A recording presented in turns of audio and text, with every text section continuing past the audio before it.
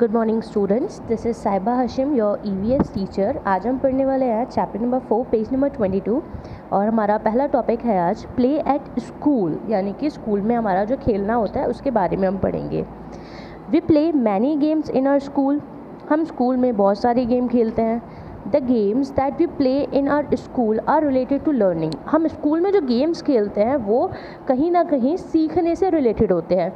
During our lunch break we usually play outdoor games. हम lunch break में यानी कि हाफ टाइम में, रिसेस में आउटडोर गेम्स खेलते हैं। आउटडोर गेम्स पहले हमने पढ़ा था वो गेम्स जो हम बाहर खेलते हों, तो हम जो ग्राउंड में गेम्स खेलते हैं उन्हें हमने आउटडोर गेम्स का नाम दिया है। These all are useful to bring out the best of us by developing physically and mentally।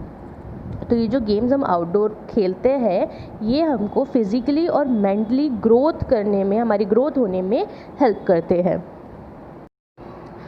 Play after school, यानी कि अब उस वाले गेम की बात करेंगे जो हम स्कूल से घर जाने के बाद खेलते हैं। आफ्टर कमिंग फ्रॉम स्कूल से घर आने के बाद we take rest and complete our homework. हम थोड़ा सा रेस्ट करते हैं और फिर अपना होमवर्क कंप्लीट करते हैं।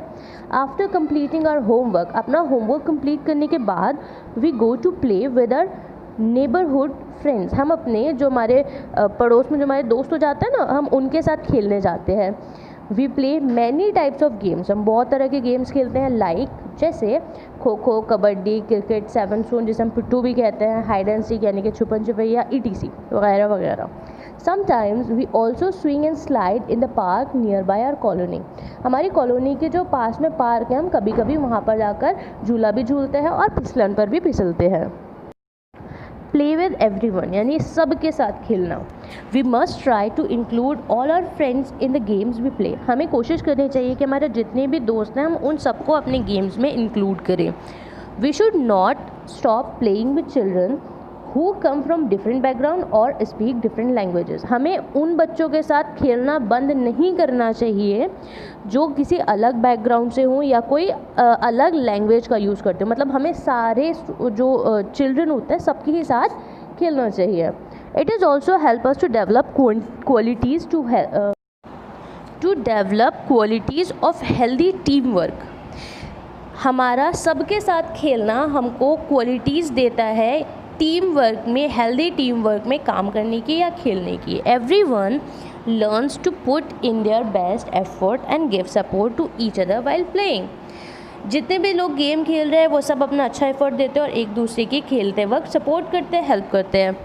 We should play together without differentiating between boys and girls. हमें साथ खेलना चाहिए बिना लड़के या लड़की में भेदभाव करे या बिना किसी फ़र्क के किए हुए। इन अर्लियर टाइम्स, पहले वक्त में girls were not allowed to play. लड़कियों को खेलना अलाउ नहीं होता था। As many games were considered too rough for them. बहुत सारे गेम उनके लिए बहुत ज़्यादा रफ माने जाते थे। बट टुडे, पर आज most games are played by both man and women. ज़्यादातर गेम लड़के और लड़की दोनों के द्वारा खेले जाते हैं। अदर रिक्रिएशनल एक्टिविटीज़, अब हम कुछ और एक्टिविटीज़ के बारे में बात करेंगे जहाँ हमारे खेलने के चांसेस होते हैं। खेलने ना सही तो एंजॉय करने के चांसेस तो पक्का होते हैं। फर्स्ट है अ फेयर। फेयर और melas are organized on the occasion of festival like Dussehra, Diwali, Christmas, ETC। Fair कहते हैं मेले को। तो ये मतलब मेला जो होता है वो दशहरा, दिवाली, क्रिसमस वगैरह मतलब किसी फेस्टिवल के वक्त पर लगाया जाता है। People enjoy a lot in these fair. लोग इन मेलों में बहुत ज़्यादा इन्जॉय करते हैं। फॉर एग्जाम्पल वैन सुलभ and his family went in fair. जब सुलभ और उसकी फैमिली मेले में गए, दे वर वेरी एक्साइटेड, वो बहुत एक्साइटेड थे। They saw many stalls there, उन्होंने वहाँ बहुत सारे स्टॉल्स देखे। Sulabh and his sister eat ice cream.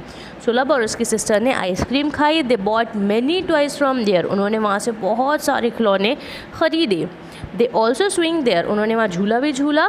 There experience of the melas were very fantastic. उनका एक्सपीरियंस मेला में बहुत फैंटेस्टिक था। The circus, it is an exciting place to go. Circus तो हम सब जानते हैं ना। सर्कस जाने के लिए एक बहुत अच्छी और एक्साइटिंग प्लेस है। There are different artist who perform tricks.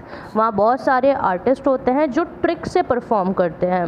Animals also entertain अस। वहाँ पर एनिमल्स भी हमें एंटरटेन करते हैं। फॉर एग्ज़ाम्पल या उदाहरण के लिए Shivam and Raveena were very excited. Shivam और रवीना बहुत एक्साइटेड थे। They have never been to a circus before. वो इससे पहले सर्कस कभी नहीं गए। They reach the circus with their parents at 7 PM। तो वो सर्कस में शाम को 7 बजे अपने पेरेंट्स के साथ पहुंच गए। There were colourful tents and lights. वहाँ कलरफुल टेंट्स तो समझते हैं ना सब, टेंट जो लगता है टेंट, ठीक। There were colourful tents and lights. वहाँ कलरफुल टेंट और लाइट्स थे। They could smell popcorn and hear a band playing. उन्होंने वहाँ उनको जाने के बाद पॉपकॉर्न की स्मेल आई और उन्होंने एक बैंड को प्लेइंग करते हुए मतलब बजाते हुए सुना। They took their seat in the 3rd and 4th rows। उनको उनकी सीट 3rd और 4th रो में मिली। The ring master came dressed in a shiny red coat and top hat. Ring master shiny red coat और top hat पहन कर आया। In his booming voice, he said, "Welcome, ladies, gentlemen, and children of all ages." उसने अपनी booming voice में कहा, "Welcome, ladies, gentlemen, and children of all ages." Soon, the acrobats came tumbling out. जल्दी नट आए। They jumped and turned somersaults and cartwheel। उन्होंने jump किया, कलाबाजियाँ खाई और पहिया उन्होंने साथ में यूज़ किया। The juggler toss ring and ball in the air. बाजीगर ने भी रिंग्स और बॉल को हवा में उछाला। Female acrobat wore colourful and sparking costume. Female acrobats ने भी कलरफुल और स्पार्कलिंग कॉस्ट्यूम्स पहने हुए थे। The dance on white horse that moved to the beat of the music. वो उस सफ़ेद घोड़े पर के साथ डांस कर रही थी जो म्यूज़िक जो गाना बज रहा था उसकी बीट पर जो सेम डांस कर रहा था। 2 more horses entered the ring with rider jumping on off their animals। 2 और सफ़ेद घोड़े ने वहाँ पर एंट्री करी जो उनके राइडर्स के साथ थे, मतलब घोड़ा और घुड़सवार साथ साथ उन्होंने एंट्री करी और फिर उन्होंने भी अपना करतब दिखाया। The light went off and the music change. Light बंद हुई और म्यूजिक चेंज हुआ। The spots light went to the top of the tent. 2 tight ropes perform balanced first on one leg and then the other and then with a somersault landed on the net midway। फिर light बंद हुई, music change हुआ। जब light दोबारा खुली तो जो spot light थी वो ऊपर रस्सी पर टेंट के जो ऊपर के साइड है वहाँ पर रस्सी पर दिखाई दी। तो वहाँ क्या हो रहा था, वहाँ पर एक रस्सी बंधी हुई थी जिसके ऊपर 2 लोग, पहले एक फिर दूसरा, एक एक करके अपने एक पैर से बैलेंस करते हुए निकल रहे थे और फिर उसी बीच जो कलाबाजी खाने वाला है वो बीच में नेट पर जंप किया। Everyone cheered of them। सब ने उनको चीयर किया। द क्लाउन्स कहते हैं जोकर को। The clowns made them laugh till they cried। तो जोकर ने भी वहाँ पर रो रहा कर अपनी एक्टिंग करके सबको एंटरटेन किया। Some were on slates while other were riding a unicycle, a cycle with 1 wheel और juggle plates.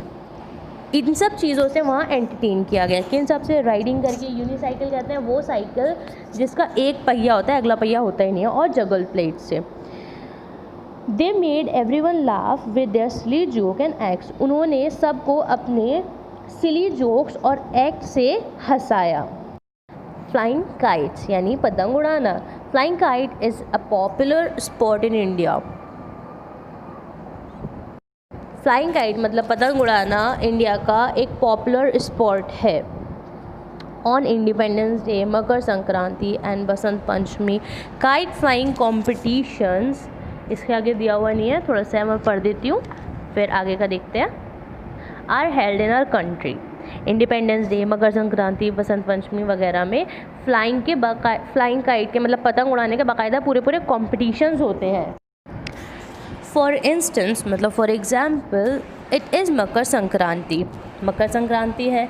Divya, Tanu, Saloni and Saurabh were very excited. Divya, Tanu, Saloni और सौरभ बहुत एक्साइटेड है। इन देयर कॉलोनी, उनकी कॉलोनी में there is a kite flying competition. उनकी colony में kite flying को मतलब पतंग उड़ाने का कॉम्पिटिशन होने वाला था। There are also other group of children from the nearby society who are good at flying kite. Their name are Sandhya, Aday and Ajay. Okay तो उनकी जो कंपटीशन होने वाला था सोसाइटी में, वहाँ और सोसाइटी के भी ग्रुप आने वाले थे जो पतंग उड़ाने में बहुत एक्सपर्ट, बहुत अच्छे थे, जिनका नाम था अनुज, संध्या, अदय एंड अजय। अंकल सक्षम brought special kite and thread needed to fly the kite. All the people are at home. Kite flying started. There were shouts all around and the sky were full of colorful kites. तो uncle सक्षम ने special kite और special thread कहते हैं जो जिस सदी से या जिस मांझे से उड़ाते हैं उसको, जिसकी ज़रूरत थी वो ख़रीदी, स्पेशली ख़रीदी, मतलब कुछ अच्छी क्वालिटी की ख़रीदी। और सब अपने अपने घर पर थे। पतंग उड़ाने का कंपटीशन शुरू हुआ। सब चीखने लगे, जैसे खुश होकर एक्साइटेड होकर चीखते ना, वैसे चीखने लगे। और आसमान में कलरफुल कलरफुल काइट्स दिखाई दे रही थी। सून ऑल द काइट्स डिसअपीयर्ड। एक जल्दी ही सारी काइट गायब हो गई। वन बाय वन, एक एक करके। And only Saurabh's kite was left flying. और सिर्फ सौरभ की ही पतंग थी जो वहाँ अकेली दिखाई दे रही थी। He was declared at the winner. वो वहाँ एज अ विनर डिक्लेयर किया गया। He was awarded with a school bag kit and a trophy.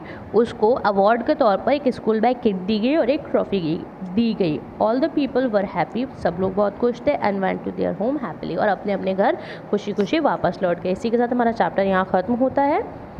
I hope आपको ये चैप्टर समझ आया हो। कुछ डाउट है तो आप उस बारे में पूछ सकते हैं।